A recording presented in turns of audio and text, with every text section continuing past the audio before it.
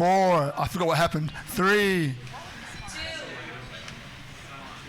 Hi guys, we're live. Welcome here, SpeakuP Monday. Every Monday here at Tropical Nomad in Canggu, 6:30. Now we have a studio audience, right? So studio audience, can I just get a whoo? One more. Can I get a whoo? All right, so that's them, the studio audience. Come and join them. It's good. It's a lot of fun. So my name is Robert Ian Bonnick, the tourism architect. So as you may know, this is number 2 in our panel series entitled The Future of Health, curated by Health Hub Bali. And today we're going to talk about radical well-being and the fundamentals, but more about that in a second. But just remember, Health Hub Bali, if you haven't heard of it already, Instagram, Health Hub Bali, it would tell you everything, but it's an incredible platform. I think it's an incredible platform. It's revolutionary, and it connects professionals in the space of whole health, which Tracey will give you a much better description of in a second. And look, all I would say is this: if you're here in Bali, you're very fortunate, because Bali is an incredible place, because here, your system, your nervous system, the frequency in Bali, your nervous system is able to calm, which makes something like Health Hub Bali, that we're going to talk about today, incredibly powerful, probably more so than anywhere else in the world, which we'll get into later on. So as I mentioned, the last session we spoke about health, where we come from, the history of health, why we find ourselves in this health crisis now. So that's the last episode. So just make sure you go to the YouTube library. You'll find that last episode there in all of its glory, an hour of wonderful experts having a chat about where we came from. So today we're going to talk about baselines, why they're important. We're going to talk about the fundamentals, why they're important. We're going to talk about why Bali, why that's important, and 2 or 3 other important points as they come up. But to begin us off, what I'm going to do is I'm going to introduce our panel to you in case you don't know them. And we'll start this time. It should be ladies first. But because the guys are on the edges, we're going to start with the guys first, and then we'll work our way in. So the first one, Sequoia, if you'd like to let people know just a little bit about you so they get to know who you are and what your speciality is, that'd be great. Hi, my name is Sequoia Ladell Velez. I'm from the U.S. originally, born and raised in Oklahoma. I studied psychology. I'm a clinical herbalist and making medicines from plants out in nature. And I'm a microbiologist, so I've done a lot of research in the field of microbiology to help people understand what's best for their body and kind of translate all the data in this new field of research so we could really understand how to put a dashboard to the human body. And so what that looks like is, well, actually I will get into that a bit later, but yeah, I live here in Bali since 1 year, officially coming from Vienna, Austria, where I've lived for 8 years. And yeah, that's me in a nutshell. Thank you, my brother. We'll come back to you. So Ian, and then we'll work our way in. So over to you. Yeah, my name is Ian McLeod, co-founder of a functional fitness facility here called Nirvana Strength. As much as that we'll all be talking about functional medicine, functional health, I think it was quite important for us to also incorporate functional fitness, maybe beyond what most people kind of think of it now, but really putting a very specific focus on longevity, vitality, joint health, and it's really good to collaborate with all of them because we look at everything from a very holistic perspective. So being able to not only live longer, but how do we increase our health age as well? So kind of main components of what we do at Nirvana Strength. Beautiful. So if you hand the mic to Anastasia. So Anastasia is her first time here.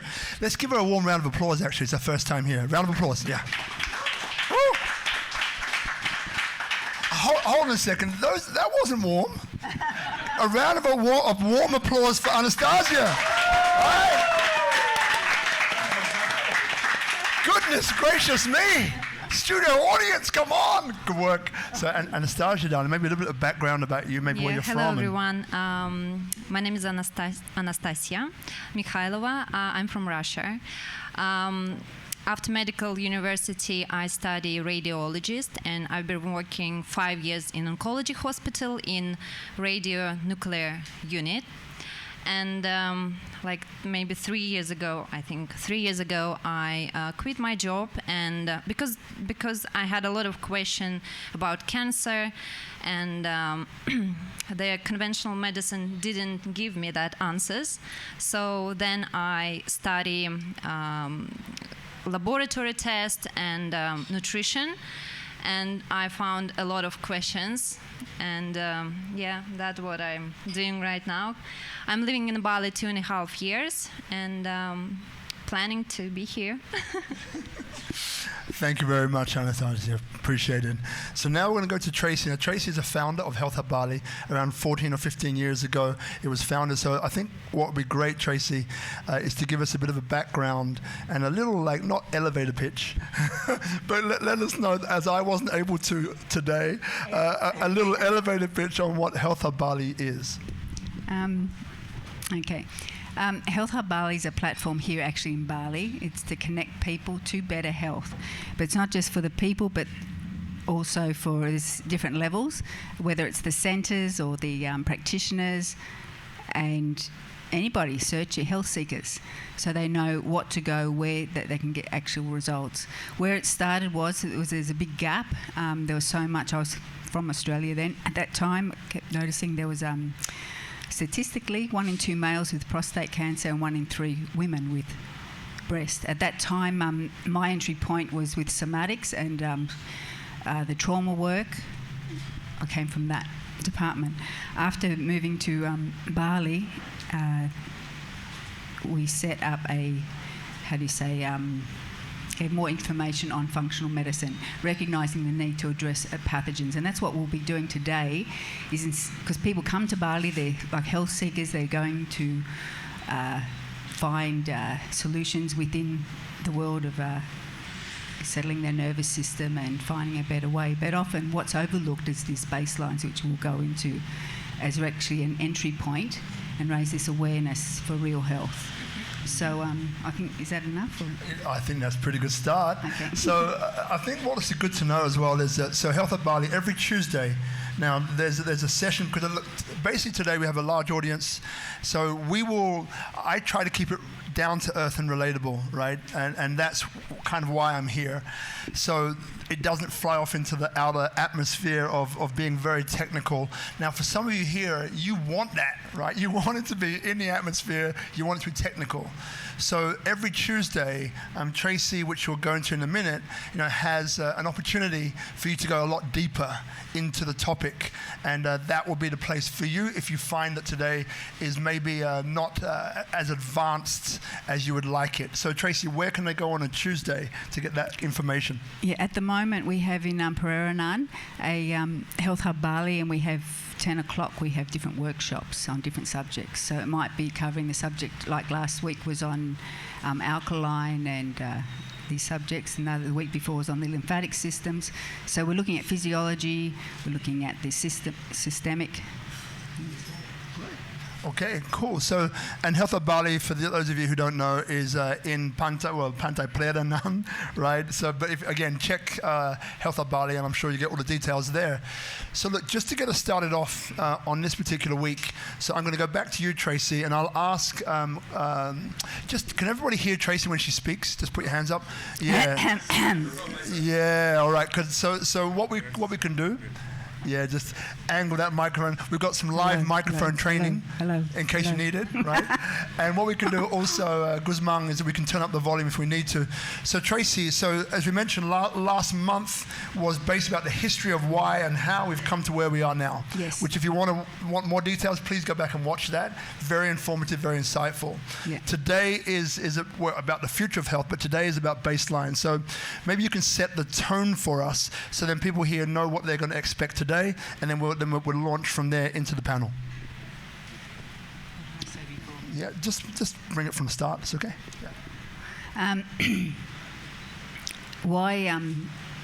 Probably picking up from last time, what we talked about was the fact that we have a body that can actually heal itself. We scratch and we heal, but for some reason, it doesn't matter what age people are going to doctors, they're getting tests, they're okay, and next minute they have some kind of diagnosis and they've got 2 months to live. So where this started from was that. So when we're talking about radical well-being and the reset, part of it was with Bali was if you have a diagnosis and you have this business of 2 months to live, get out of wherever you are, get to Bali, we'll do the testing, we'll see what's happening in your blood, in your body, in your systems, and we'll put together a program that can curate to reset that your body can heal. And yeah, that's where we started. All right, so that's where we started. Now, for those of you who were not watching before, so earlier last week, I interviewed a wonderful man, Dr. Dan Beelan, the founder of Alpha Thermodiagnostics. Right, thanks for helping me there. She's whispering in my ear. It's like I wish I had a little microphone in my ear. And so this Alpha scan, I think we can probably start there, Tracey. I mean, this Alpha scan, what is its importance within this whole system of Health Hub Bali and the client journey? It's just that people are lost. Like they go and they'll want to get, answers from doctors. But what we have in the medicine world, especially the last 50 years, is this business what we call Cartesian model, where it's all separate. And there's no what we call healing solutions, whereas our body, like I said, it's designed to heal. So we've got our liver, our kidney, we've got the different systems that would clean things up. So finding out what the root cause is and addressing it that way. So what Dr. Bailin and a number of other doctors through the world, they've created different measurements, indicators of what's happening in your body before we ever have to get to that stage. One of them is this, I call it heat mapping, but it's thermometry. We measure the temperatures and they're indicators of what's happening as far as your red cells, your immune system, and they've got signatures, thousands of algorithms, and it's a mathematical system. We're looking at the physiology and how we handle stress. So the idea is you have measurements first on 120 points, not acupuncture points, but it's to do with your nervous system. Because what we found out originally was when usually people had a diagnosis, there was either sustained stress or some major trauma that set it off. But the body was in a state that was already toxic, and it wasn't able to care for the load of toxins, and this is where the tumours were formed, full of toxins. So, and then that's another story where things metastasize. But going back to the point of the measurements, they will give indicators. Sorry, you get 2 sets of measurements. We cold the body and trigger the adrenals to have like a trauma response and take another set of measurements. Based on that, we can see how your functions are working. This is a functional diagnostic tool. So whether you're an athlete, an Olympian or whatever, we are human, we've got weaknesses. So how do we fortify our health under stress when we push it beyond limits to avoid getting autoimmune diseases and these other types of things? So that's where I started. So this tool, I didn't know about. I knew about thermography before, which was just a camera that was taking pictures and could see heat patterns, but could be calibrated to the pole behind you. This is very specific, going over the body, and it's about you and your body. And then based on that, you have priorities with the mathematics and the science and the computers that we have. We can put together programs for your body. It's called individualised health, and we can make programs based on that from everything that's available here in Bali. Is that good? Great, very good. So now just double checking again. Can everybody hear Tracey? No. Oh, sorry. Yeah. Is that better? I'll go again. Yeah. All right. So should we ask her to repeat the whole thing? No. Ian knows. Ian. There's a few mean people in the audience who are like, yeah, repeat the whole thing, Tracey, from the top. Right. So look. So let me paraphrase. So and please double check. I'll put it on the social media. So this interview with Dan Beelan, or Dr. Dan as he's called, really goes through this incredible machine, this measurement system, which is called the Alpha Scan. And as Trace was saying, is that essentially it takes different temperature readings, different temperature points, in a very, I guess, the word you used again, Tracey? Thermometry. Thank you very much indeed. And then from that, you get a good helicopter view of what's happening in your body on a very specific level. And then from there, the client journey for you. Yeah, so we're not going straight into biome, or we're not doing the mental health and structure. We're doing whole health. We're measuring all systems, and basically we see what's a priority first. Because unless certain things are cleared, we can't work on the other. The body will not heal. Yeah. Wonderful. So then when it comes to these points of measurement, so this, I'm probably going to turn to you, Anastasia. So what for you have been, with your background, what have been some of the most important points about how you get the data and how you read the data? Like, is there anything, any particular skill or expertise that you believe will be needed in order to do that in a very powerful way? Do you mean all the tests, like all the Yep, back on. all the diagnostic tools that we have in medicine? Like, So what we're referring to now is the alpha scan, Yeah. because again, it gives you some very specific measurements. this is amazing, actually, tool, because first of all, it's non-invasive, and it takes 20 minutes to the whole process, and we see how our autonomic nervous system responds, which helps us to see like metabolism and their how to say, So it gets you the metabolism Physiology, and physiology. Again, like Thank you. I used to speak Italian, but I still speak a little bit Italian now. My French is totally gone, so I just appreciate the fact that you're able to communicate in a language that isn't your own. So you're doing great. Thanks. So, like, based on my experience, we were diagnosed breast cancer through radio treatments, and it also wasn't always like 100% specific, and we still have questions: is it benign tumor or is it cancer? And it takes for sure a lot of like time and even harm their tissues, when we take the tissue to histology. This tool is amazing for just basic routine test, which everyone can do, and we can repeat it every now and again, and quite often to see what changed. But by using like radio treatments, we cannot do that, because it's radio exposure, which patient doesn't want to have many times. Did I answer the question? Probably not. I think I lost some. You answered most of the question. Some point. Which is good. So look, what we'll do actually. So Ian, and then we'll get everybody involved, and then we'll loop back to you. So now you're obviously across all of this, having the background that you do. But just while we're on this scan part of this conversation, kind of where West meets East in a way, how does it work for you in your field, a device such as this? What kind of help does it give you in diagnosing and treating people? So I guess if you go into more of the fitness realm, like if you come to the gym, you'll see that it's basically just we're just constantly experimenting with our client base, right? And we actually see a lot of people, probably significantly more than a typical doctor's office does.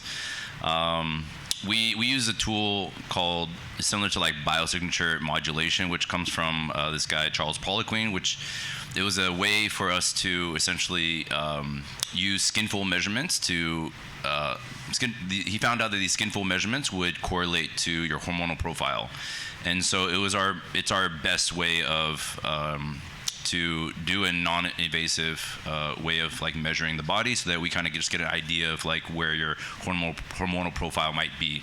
And typically most people are going to have high levels of inflammation. So that generally will be like where we'll start with regards to like their nutrition and their lifestyle plan that we would create for them, along with the training program. But I do find that, like talking with Dr. Dan and Tracey, and having experienced like this alpha scan, coming from the fitness realm, like I'm constantly looking for ways to get as close to using medical devices as I can without actually being in the medical industry. Because once you get into that medical realm, you start running into a lot of problems with having to deal with everything that comes with the medical industry and the pharmaceutical industry, with regards to like regulations, and if you're in a Western country, like getting sued and all these things. And so we can kind of come from a little bit a different angle with regards to like the fitness realm comes. So the idea is to do something that is that's very, very non-invasive, to give us as quick of a look and as relatively accurate of a look at the body as we possibly can. Later, I think Sequoia will talk about is once we start recognizing some really, really serious problems, then we can kind of start narrowing down how we're actually going to do our testing. But to just blindly go into like a lab and start requesting like millions of different kinds of blood tests is not really the most time efficient or money efficient way about going about these things. So I think the consistent thing that you'll probably hear us kind of talking about is like, how do we start from this generally broader perspective, maybe deal with things from more holistic way, and then if needed we start going to much more specific treatment patterns or using specific diagnostic tools to kind of really address what the big issue might be. Yeah. So then you want to add something in there? Yeah. Yep. So what we're talking about is actually life medicine. We're getting patterns because things don't happen in those 2 months. It's been there for 10 years. So we can start getting indicators early on. It's a preventative model. It's a life model. So this is why we're talking about Bali, and people can learn about this and then make a life from there that's more intelligent. And then just before we move to Sequoia, just for people here, so when I interviewed Dr. Dan, it was interesting because it's been approved by the FDA. Harvard, he sat in front of 12 eminent scholars from Harvard, and they grilled him, and they passed it. But here's the thing. The thing which I remember being just like a down-to-earth person who doesn't necessarily know these medical terms that you might hear today, what I heard was the amount of times that, you know, the people which perhaps feel like there might be something wrong with them, and it could be a toothache, or it could be like a stomach ache or something else. In many cases, you know, what this device, which is a tool, did was it was able to pick it up almost 6 months before it even developed physically as a disease, as an irritation, as a cancer. So what I take from it was that it's incredibly accurate and has the opportunity to get things very, very early. So that's one thing which I think is important that you take away from this. So then moving to Sequoia. So right now we're talking about, you know, the future of health, where kind of west meets east. Haven't quite got to the east yet. We're still on the west. But in your realm, you know, this kind of device, does it play a role? Does it play a part? If so, how does it integrate with your area? So I want to talk a little bit first about my field. How many of you actually know what microbiome is? Good question. Okay. About half of you guys know what microbiome is. For those of you that don't know what microbiome is, you interact with it almost on a daily basis. It's your poop, your fecal matter, it's your shit. It's something you do at the toilet all the time. And with this, it's a gold mine of data that's present there that we tend to flush every single day that gives us a huge amount of indicators when it comes to really looking at our health and what we can actually do with this shit. And for me, with my company, SHIT, it stands for Sustainable Healthy Input Transactions. Yeah? So everything that you put into your body, it's something that has an actual transaction on the immune system. So when it comes to looking at this thermography and how it's working with the body, heat map like hot and cold spots in certain areas of the body, whether that's the liver, whether that's over the heart area, the shoulders, you're able to pick up some really great indicators from the variables that are present there. And I think where this is, you know, really unique is that you really can diagnose or pinpoint things way ahead of time, before they're actually, you know, before you actually see them or have to go to the hospital. In the microbiome space, when we look at the fecal matter of people, for us, it's about connecting your genetic traits, which are your gut microbes, to foods that are most optimal for your health. So in essence, food will find you based on your genetic traits so you can live your most optimal, you know, lifestyle, whether that's with having more energy, whether that's having a better performance with something, or whether that's a better connection with your gut-heart axis.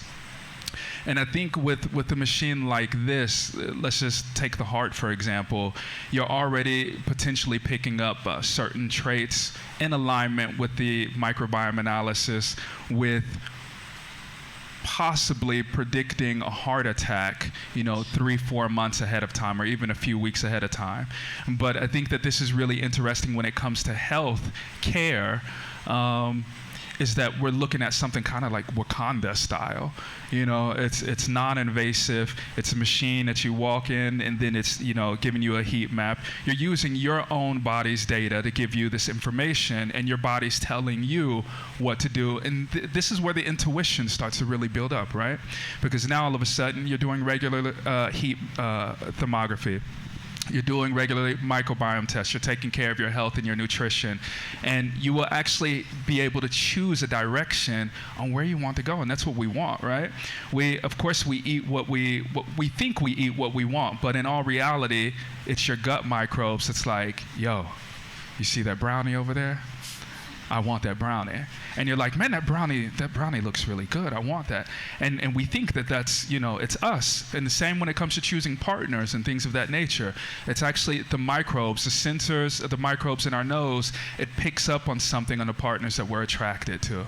And this goes so, we can go down a rabbit hole with this, And, I'm even contemplating with people dating in the future based on the microbiome makeup, because it's like, it's statistically proven that people that stay longer together have a similar gut micro composition. And so these are things that we need to look at. So it's not just about looking at the attraction of somebody. It's about knowing what your microbes are going to do in the presence of someone that, you may have a future with. But back to health. I just got a whole new view of dating. Put your hands up. Everyone got a whole new view of dating? Just put your hands up. A whole new view of dating. So there's like 3 people with their hands up. Everyone else is lying. They're like, no, man, he's right, but I'm not going to put my hand up. My girlfriend's right there. But this is where, we're looking at these variables and indicators that are really guiding us that we've been ignoring for so long. We've heard probably since we were children, follow your gut, follow your intuition. Following your gut is your intuition. And how do you follow your gut if you don't know how to listen to it? So looking at the way that this thermography works and connecting the microbiome and the thermography, there's some really great possibilities that really can come together. Yeah, please, Natasha. Yeah, and I think everyone knows how microbiome affect our mood and neurotransmitters. And also, if we're talking about cancer and estrogen-related cancer, it's also comes to microbiome, because the estrogen that should be eliminated on the third phase of the detoxification through the feces, and microbiome actually can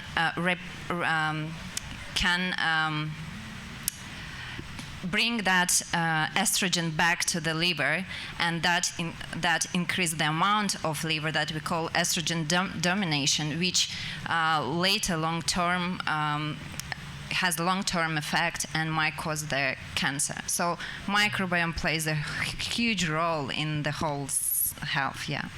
Yeah. And you want to add to that? You're good. Go ahead. All right. So what I want to do, because we're going to go back into that and loop back in.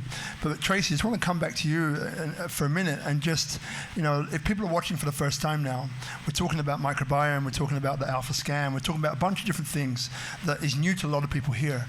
So bringing it into practical terms, like how does this all relate to one another in this journey of health? Okay.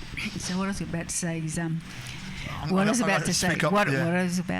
I was about to say was that the number of people that have gone through we're in a country or an island here where people are fasting, probably more than anywhere else. They're very conscious, they change their diet, raw food, whatever. But the number that have come back and they've got what we call dysbiosis, there's all gut issues on there, and they're the cleanest eating people. So that's what's of interest here. And this is on the alpha scans and the reports. So when I say it's personalised health, we can start going in and when we've got experts like Sequoia here to understand, we can go further down that hole as well. Does that make sense? So that we're not just going blind, just not doing all these retreats and following all these processes that may not be good for us, could even be detrimental. So the bit, thank you for that. The bit which I'd like to kind of get back into is, so in this journey of health, right? So people are coming in the front end, right, with a device such as what we've mentioned before, an alpha scan. Ian mentioned another device there. They're coming through. What happens next in terms of, we're talking about West meets East. So we can say that alpha scan is a Western invention. So in this context of West meets East and the context of a patient or client journey, how do these things relate, and then what comes next? So what emerges is certain health issues. So, and also what we're talking about here is what we call hard science. There's so many electrical machines around the last 20, 30 years, but you're measuring electrics. In the world of medicine, it's not accepted. Whereas, say, thermometry, we're measuring heat. That's real time. We're flesh and blood. We're not measuring vibrations here. And that's our entry point is functional medicine. We're actually looking at what is happening in our body first. Even though these other machines, these other modalities are part of healing. First, we want to get the liver, the kidney, our physiology right so it can care for any issues. What may be interfering with our health is our emotions, our thoughts, feelings and emotions, and blocking things up. So we want to see what's blocked, unblock it, and then bring it back to life. So whether it's why we say whole health, we're looking at the body structure, we're clearing the fascia, the connective tissue, so everything can start working properly, calming the nervous system. We're clearing the gut, whether it's colonics, we do fastings. When I say radical, within 1 week, we can do something very quickly with people that they may not be comfortable, but they see a report and they'll act on it. But we want something that's cost-effective, systemic and sustainable. So the second layer is that's when we go into the West meets East, then we go into more the Ayurvedic way. But first we need to clear what these last 50 years, the diet, and then we start individualising it and calming our nervous system down with other modalities and groups. But we need to clear all the toxins out first. Got it. Now, yeah, please. It's actually amazing how many tools here in Bali I see, because in my country or in my republic where I lived, we didn't have really so many tools. What we got is just like testing, laboratory tests, and then medicine and supplements. That's it. But here you can have so many different ways that can help you to heal, and even compare like the food that we have here. It's powerful. So many, when I go to the like shopping and I see this amazing green different colors of salads, I'm like, wow, that's amazing what we have here, which is like this green color support cardiovascular system, and yeah, that's amazing.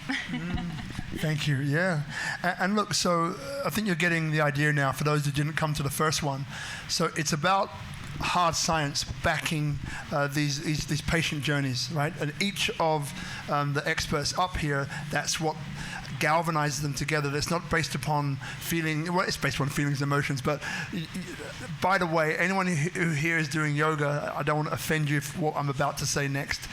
Yoga isn't part of this, and the guys can maybe go into why later on, but it's backed by hard science. So coming back now to the topic of today, right? So why are baselines important is probably the next question that probably comes through. So maybe, Tracey, we start with you and where you want to take us on our next part of the journey, and then we'll refer to everybody else. Because we're talking optimum wellness and we're all individual. So that's why we have to start where we're at, not where someone else is. That's why we don't even say lifestyle, because that's looking somewhere else. It's life medicine for you. You've got a different makeup and different stages. Yeah. So I think Ian has a lot to say about this. Ian can't wait. No. By the way, if you don't know Ian, you haven't been to Nirvana Strength, you should. He's an amazing guy. But I love it because you can feel his energy. Like, but he gets all this. He gets all this. But he's got amazing knowledge. I think, Ian, over to you. One of the hardest things that we come across, and I'm sure many of you experience, is that all this stuff that we're talking about requires you to take a preventative, like proactive approach to health, right? And so from the physical realm, we get so many people coming in from all other like fitness modalities injured. Or maybe some of you is like you haven't trained your whole life, but one day you wake up with some back pain, and that back pain eventually gets normalized, and then that normalized back pain turns into you not being able to get out of bed one day, right? Or you can name off any joint, right? The shoulders, elbows, ankles, whatever, like you're having some kind of joint problem. But typically, like they've mentioned, is that when the problem gets to a point that it becomes debilitating, like you can't work or live your normal life, it's basically it's kind of reached the final straw, and your body has no longer been able to adapt to it, and your body just gives up and breaks down. And that ends up kind of being the case with regards to like you wake up one day and you just have cancer. It's not something that just appeared overnight. It's like something that's accumulated over time. And so when it comes to like using the alpha scan and organ function, it's not as direct as like you have an actual like ankle pain, or like you can't get out of bed because your back hurts, or you have sciatica or something like that. So everything that we do is like, how do we also like help people like change their mindset when it comes to like health and wellness and fitness to this more proactive approach, which I think is highly needed. Because if you start working out when you're 60, well, let's say you're 25 now and you got back pain. I mean, what's going to happen when you're 50? It's only going to go downhill, right? So how do we get people to take this proactive approach is really kind of our biggest challenge. Yeah. Just want a quick show of hands. So we have some incredible knowledge up here, and I don't want to, have everyone talking the whole time. I'd love to see your questions. So just a raise of hands. Who has a question? Just raise your hand. Good. All right. So then we can talk for longer. Great. You have a question as well? Good. We'll come to you. I just want to feel out the room so I can just kind of measure how much information to give. And then I love questions because then it opens up another journey, another corridor that perhaps we may not deal with. So that's why I want to just have a feeling about that. So would you like to say something? Yeah. So I usually recommend to do like every year checkup. So that will help us to understand what's going on right now and what's happening with my body right now. What should I do to balance it now to prevent the disease later? So if we have this mindset of spending some time and money every year to check us, that will definitely save a lot of money, time, and energy later. And through the even blood test, we can see a lot of dysfunctions and deficiencies that also can affect the whole energy, the whole vibe, the whole health. And that's what I'm doing as well, like checking the blood and trying to find what the dysfunctions there. Is it signs of anemia when we don't have enough red blood cells that brings the oxygen to the tissues, and that's why we might have like fatigue and feel weak, and that will affect our whole life, because if you don't have enough energy, you cannot be fully active and proactive even in your family or business. So that's a really important thing.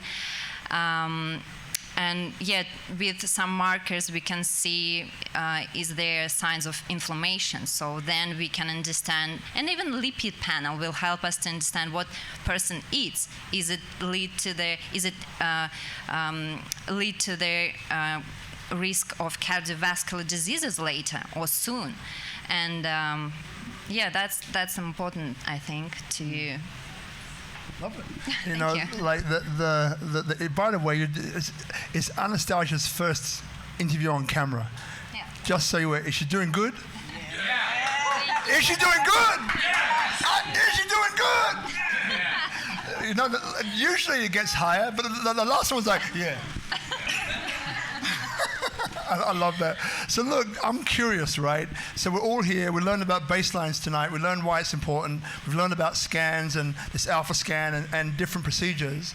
And we learned the importance of it. Thermography, that word which I couldn't quite get my lips around, but I can now. Thermometry. Got it. Nailed it. Right? I'm curious. So Anastasia just said that we should get tested every year. Now, I want you to be honest. Right? And I know when you're lying. Don't ask how, I just know, right? So raise your hands if you get a test every year. Any kind of medical test, raise your hands. Okay, that's good. Now, raise your hands if you do not get a test every year. Raise your hands. Ever. Never. All right, now I know a few people are lying because there was one or two people that didn't have their hands up either. Come on, tell the truth. All right. You're one of them? Yeah. Wonderful. All right. Every month? All right. Who does it more frequently than once a year? Put your hands up. Yeah. There you go. Perfect. Good. All right. Cool. I'm checking it out.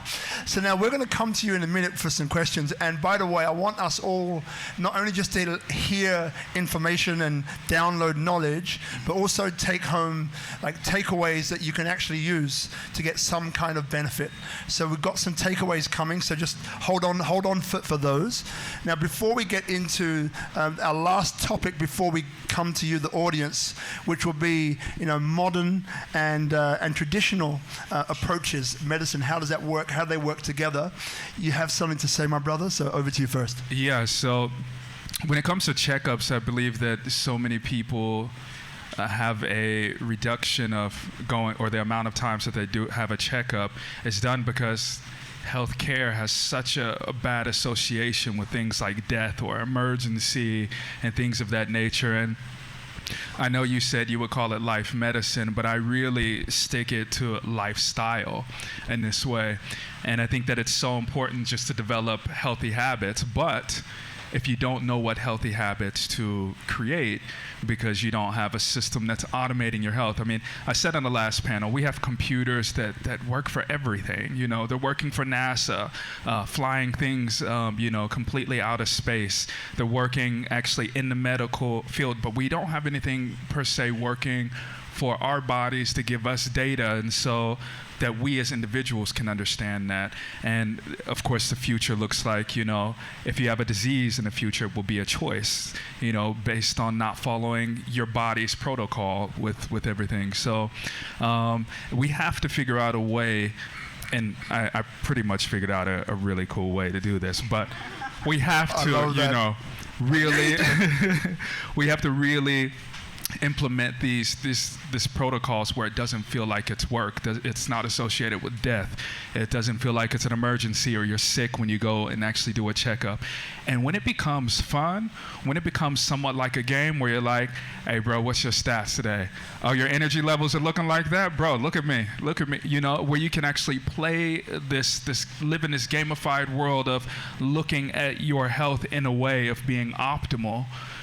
Even when it comes to tests and understanding, or like taking tests or exams and understanding why there's certain variables that's related to your gut microbiome as to why your brain isn't optimal. These are really key to really making this whole aspect with health really attainable, which is making it a part of a lifestyle.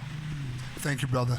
So now we've, Ian, you got something to add there? Yeah, just to piggyback off of the idea that you can be very you can have a really big health mindset, but if you don't necessarily know what exactly you're testing for or what healthy habits you should be having, there still might be some improvements, but it might not be enough and be specific to you as an individual. So when it comes to physical activity, the majority of the industry really focuses on muscle mass, because that's something that you lose as you get older. They focus on bone health, bone density, or more specifically cardiovascular health. But in reality, what we focus on typically is on joint health, so maintaining your range of motion, and also too making sure that you are injury free. And actually, by focusing on the areas that we do, the cardiovascular health, the muscular strength, the muscle mass, the bone density, all that stuff is is just a byproduct. Like, you get all that stuff for free. And so when you think of people in America who are normalizing hip and knee replacements at the age of 40, it doesn't really matter how much CrossFit or F45 that you've been doing to maintain your good health. Is like, if your kneecap blows out or your back blows out because you are not focusing on your joint health, it doesn't really matter like how much muscle you have. And so you have, typically most people get injured when they go to their end ranges, whatever that might be. And so you see a lot of bicep tears and pec tears in bodybuilders. This is very common, because they use too much weight relative to the amount of range that they can handle. So even if it comes to something that's super healthy, if you do it too much and you stress the body too much, you can easily, do something very negative to yourself. So there is a more proper way of doing things that will lead to optimal health in the long term. And I think that's something that, like, any one of us could the idea is to guide and direct you guys into a path that might be a little bit more optimal, as opposed to just randomly saying, like, go do, I don't know, boot camp every day for 10 years, What is that actually going to do to you in the long run?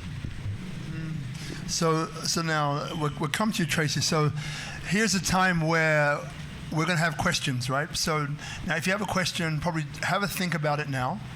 And you can direct it, if you want, to a specific person, just for the point of time. Don't direct it and say, I want everyone's opinion. We can't do that this time. So if you want, direct it to a person. If you don't know who will be best to handle it, just ask the question, and I'm sure we can work out who will be the best one. So that will come in about 5 minutes' time. So just prepping you now to use that grey matter. I know some of the heads in here are like, I don't understand this, or I don't understand that. There's no silly question, right? If there's something that you haven't understood that you really want clarity on, please feel free to ask, because if you've got it in your head, it means that someone else here also has it in their head but doesn't have the courage to ask, right? So we're all friends here, so please feel free to ask any question. That will come in about 5 minutes or so. Now, is there something you wanted to add before I go to Tracey? What is it?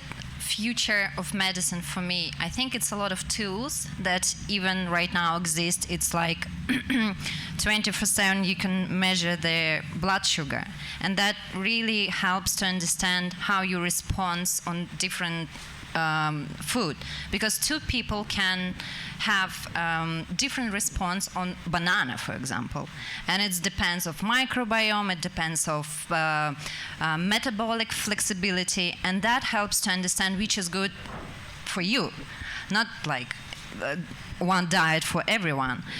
And also the tools that already exist, like to measure HRV, it's a heart rate variability, which again helps us to understand how our cardiovascular system works and prevent the problem later.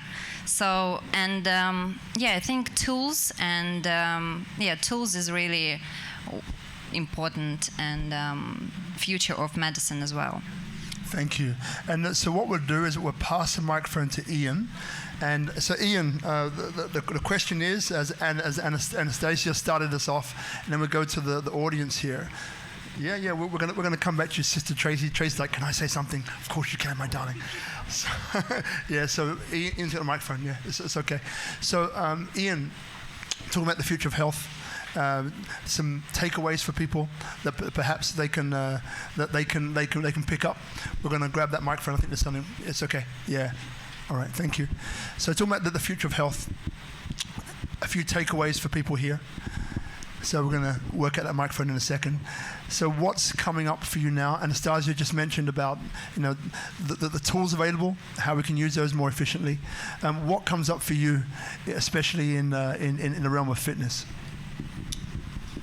I think one of the biggest things is you want to do your best to align yourself as much as you can with nature and how we're actually supposed to be living. We obviously don't live, look at all these lights. We don't really live in a very natural world right now. So as best as you can, you want to align yourself with regards to like your circadian rhythm, like gut health and all these, good things. But then the tools aspect, I think, is also very important. because we don't live in a very natural world, and there's so many of these lights and things that are really affecting us, whether it be your phones or whatever. You also want to use modern technologies to help assist and support your optimal well-being and optimal lifestyle. So these are, I think, finding that combination where you're not overly dependent on modern technologies, but you're able to use them to support. So even the idea of like using supplements, right? It's like using them to assist and support your optimal well-being, help you sleep better, whatever your issues might be, joint health, and I think that's really the big thing. Yeah. Thank you. So, all right. So next, should we leave you to Lucky last and hear from Sequoia first? Is that okay? So Sequoia, so the same question to you in your related field of biome. What takeaway, and there'll be an opportunity. I've got a feeling that some of the questions will prime some of the other ones, so you don't have to give us everything, but the one that stands up for you in the context of the future of health, what is it that people here listening in or here live can do to kind of safeguard the future of their own health? Can you hear me? All right, here we are. So one of the things that we all should kind of be on the lookout for is the microbiome and the future of health in this direction. Because for me, what this really looks like is a data bank where you're storing all of your fecal matter, your shit in a depository, and revisiting this in maybe 10, 15, 20 years when there's something really wrong with your body, and rebooting yourself with this old, with the stored microbiome that's previously from you, or with someone else's fecal matter to help you, evolve your current state. So I kind of look at it like, computers, when you have a virus in a computer, and let's take Apple, for example, and when you have a virus in a computer, you have this thing called timeline to where, okay, I know that my computer didn't have a virus 3 days ago, let me go back and revisit, this time period, and, you might erase some data for 3 days, but you won't have a virus in your computer anymore. And this is what we're looking at, like the future of health really being, like trading out or with someone else your fecal matter, like a fecal matter trade, like a Amazon website for your fecal matter, based on many statistics. But revisiting when you're sick or in a certain state of having, a sickness or a virus, that you can repopulate your body again with your old storage of genetic traits. Thank you, Brother Sequoia. Yeah. So if you hand that mic to Tracey, and Tracey, I'm going to ask you to put the microphone here and speak much loudly, loud as people can hear you. Hello. So there's two questions for you because you're lucky last for now. So one is, is there anything else that you would like to share with people? And then we can go on to the future of health afterwards. So is there anything else you'd like to share with people on today's topic before we move on to the future of health takeaway? I've forgotten now. I had it ready.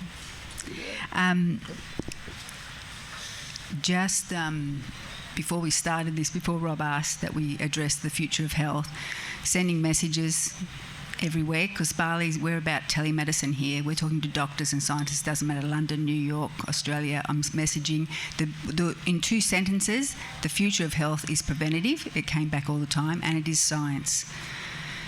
What we at Health Hub, we're talking about personal responsibility. We're also talking about choices. You have a choice. What you choose, that's your business, but there's some things you need to know. So we're about sharing knowledge. And we start at base levels, and then we work towards the quantum. But the entry point is find out where you are now. The future of health is a menu there, and you have health guides, navigators. We work with the doctors and the experts. We find out that they've got all the experience, they understand the test and that, but you have someone there to explain it to you, and then from there you curate your own journey. Wonderful. Wonderful. Here in Bali. Here in Bali, right. No, wherever you are, we can connect that, especially the last 2 years with telemedicine. And there are some experts in the world, they're not here. They might be in Hong Kong because they deal with mould. So there's certain ways we can deal with that. They know all about that. So we work with who knows and understands that, whatever country they are. And they're the doctors that are emerging that actually care and they understand whole health. And the other thing was, we don't separate as an individual, like the future of healthcare is self-care. So we're looking at connecting, the gut, the heart, the brain, and those interconnections, and understanding how disease is just a lifestyle thing. Thank you very much indeed. Now, questions. So don't be shy, people. There you go. So we have the microphone, Guzman. We have, darling, what's your name? Andren. Pleasure, darling. We'll get a microphone to you, followed by Sasha. Thank you. Right. Yeah, over to you. Give us 1 second. We'll just turn that microphone on. Give us 1 second. Yeah. Can you hear me? Yeah. Okay, cool. Just want to ask a question to Sequoia. Yeah. Is it right? Yeah. So I read this book called Longevity Paradox or something. I can't remember the name.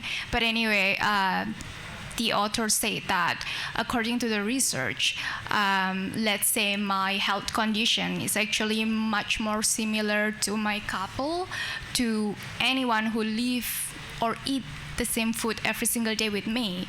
So it's actually not like, because a lot of people say that our health condition is actually like genetic. So from our parents, it, like they pass it through generation to generation, right? So what do you think about it? Is it right, or are they still doing another research about it? Yeah. So there are things when it comes, everybody, did you hear the question that she asked? Yeah. So when it comes to, having a partner with similar gut composition, this is true. So, and only part of that is true is that when you live with a partner or someone, your gut bacteria becomes very much like the people that you live with. Obviously, there's a lot of indicators that come from the environment or feedback that come from the environment, the local restaurants, the local foods. If you've traveled to, Bermuda and ate there and drank the water, this is all going to have an impact on your gut microbiome. Of course, it's not about 100% of your gut microbes matching or aligning with someone, but there are some really great indicators with specific bacteria that in partnerships that really match, and this is going to contribute to a long-term relationship, for example, with that person. Now, that's not to say that you have certain bacteria that your partner doesn't have, and those bacteria are fighting the similar bacteria in your body because they're just overpopulated with something like, let's just say, a bacteria that loves sugar. And so this bacteria that loves sugar might be fighting the new bacteria that's in your body that's aligned with your partner. And this may create a lot of space for arguments and disagreements and unhappiness and things of that nature, because serotonin, 90% of serotonin is produced in the gut. There's so many other things that are produced in the gut that contributes to mental well-being. Did that answer your question? Sure.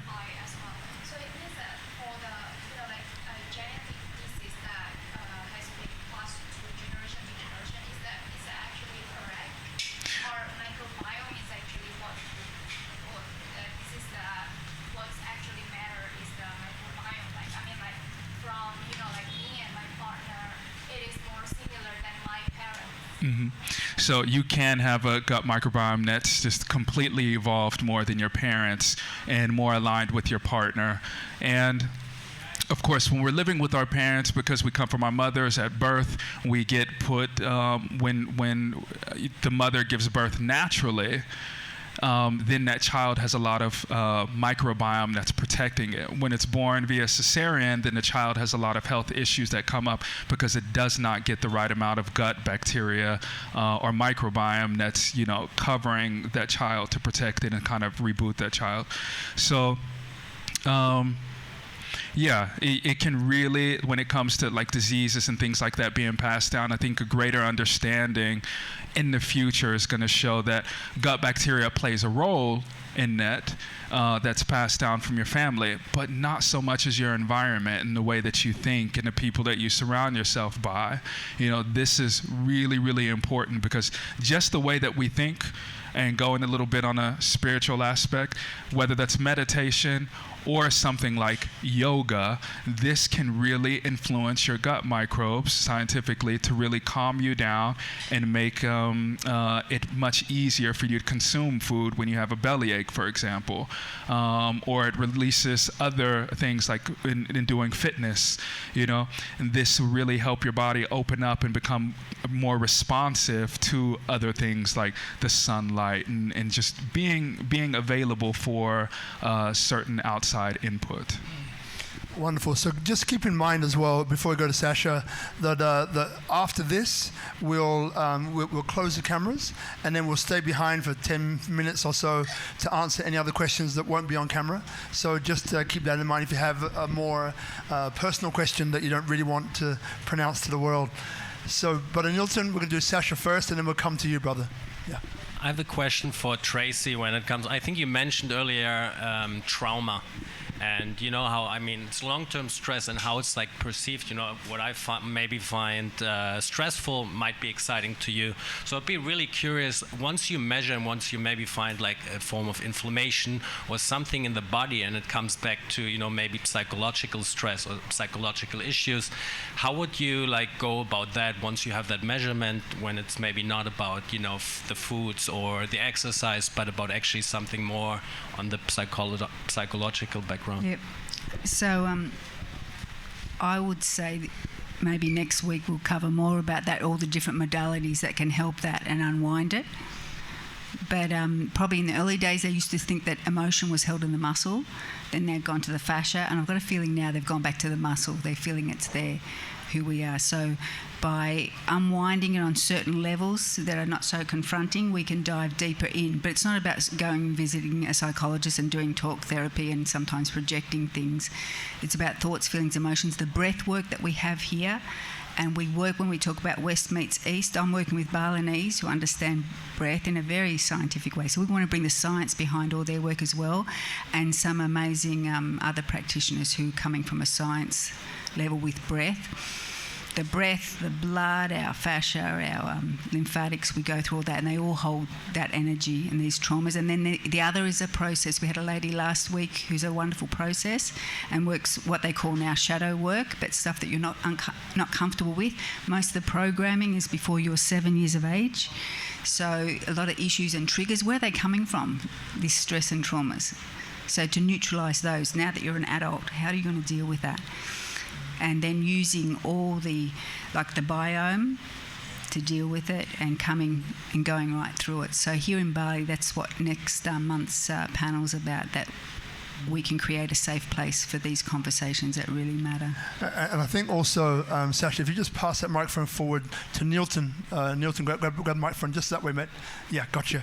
So just keep in mind as well that on Tuesday mornings, Tuesday morning at Health Hub Bali, they go deeper. Just go to Health Hub Bali Instagram and you'll see the program they've got lined up. But every Tuesday they go deep into a topic, and you get a lot of information and a lot of support that way. And also, if you wanted to, I've also referred some friends to Tracey and Health Hub Bali as well. You can also contact them through Instagram and your website as well, if you did want to have anything tested, analysed, and go further. So we go to I just want to Nilton. add something really quick. All right, we have to be quick. We're running close. Really fast to your question. When it comes to trauma, it's proven that trauma can be passed down from the parents to the child. And so I typically tell people, when they're about to have a child, make sure you really deal with literally your own shit, your microbiome, because it's going to pass on some genetic traits over to your children that your children will evolve over time with those microbes. So it's really interesting when it comes to the research of genetic trauma stored in the body and can be passed on. Yeah, probably some are saying now up to 7 generations. So, and that's only the last, I forget how many years.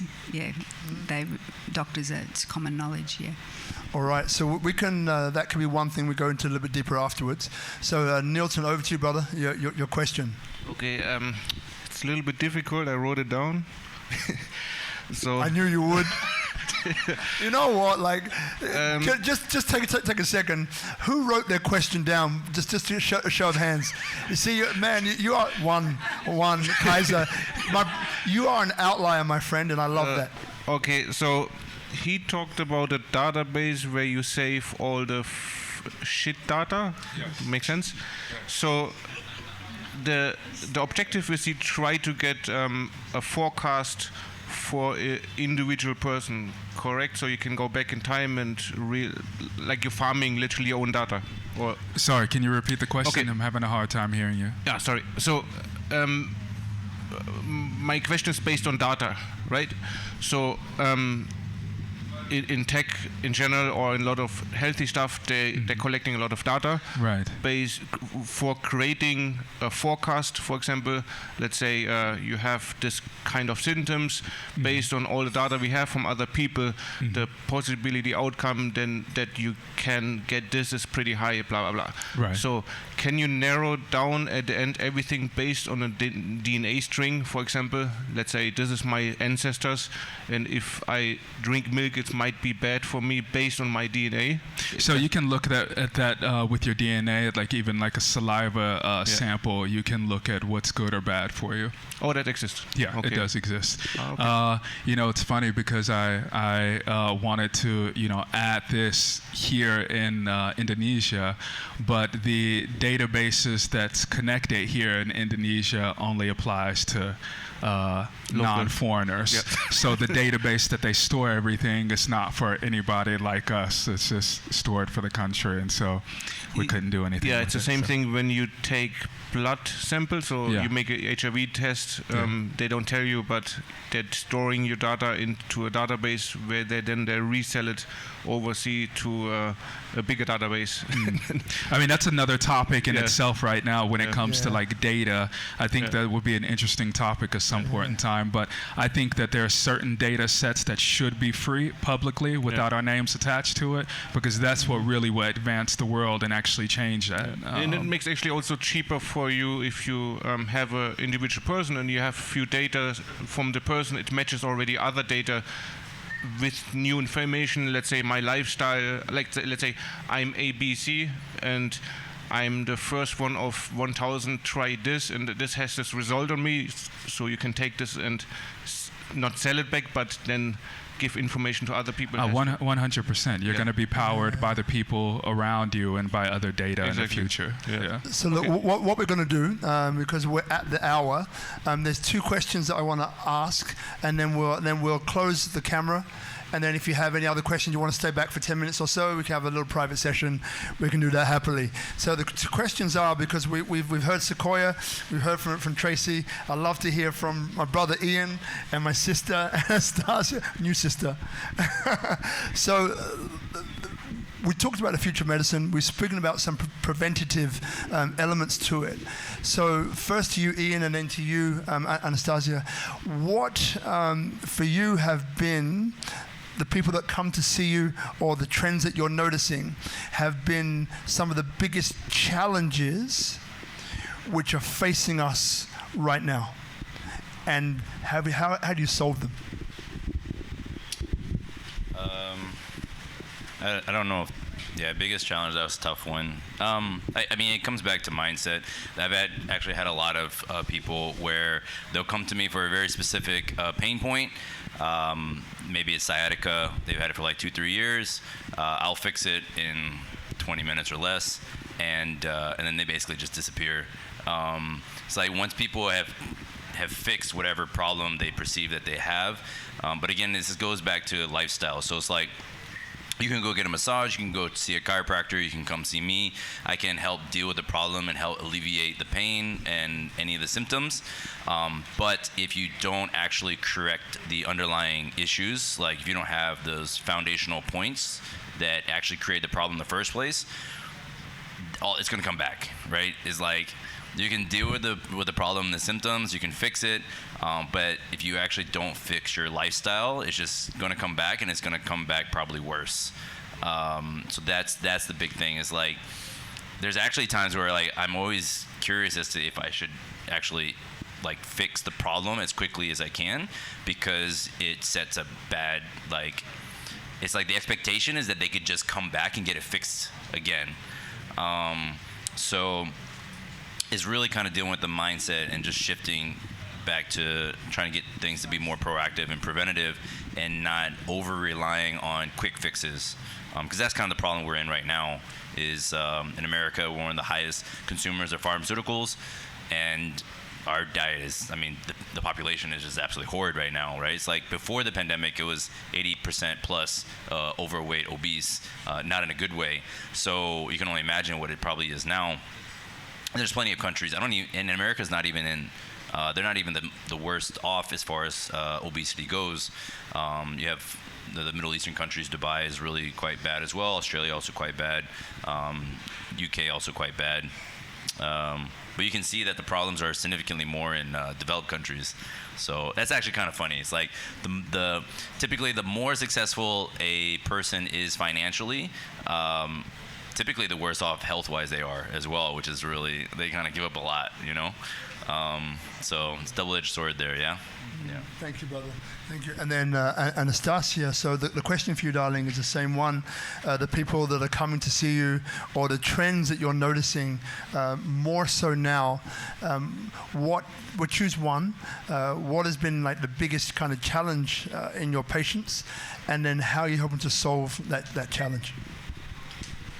So the big challenge for the patient, I think, is to change the diet, because people sometimes doesn't know what food is good, what food is not. And when we have this habit of eating sweets or eating baguettes or eating chocolate, it's really, we love it, our body love it, our microbiome love it, our brain love it, but they come to me and I'm saying, okay, now we need to like stop it. And this is a big challenge, to create the new habits, to teach them why, to give them the answer, to give them the reason so they can understand, and it will help them to take the action and to change their habits. Like, a lot of comes to habits of when we go to bed, habits of using their devices so late, habits of waking up and straight go to the phone, habits of eating sweets and consume alcohol and different things. It's a lot of about habits, and yeah, that's I think the big challenge for people. And how are you hoping to solve it? I'm coaching them, and what really helped me when we do the test and I explain them clear what's happening, and they were like, whoa, okay. And I also show them what the optimal range, where we're going, and what the optimal range should be, and then they motivated, they understand if they won't change it right now, their habits, that might lead them to have a disease later.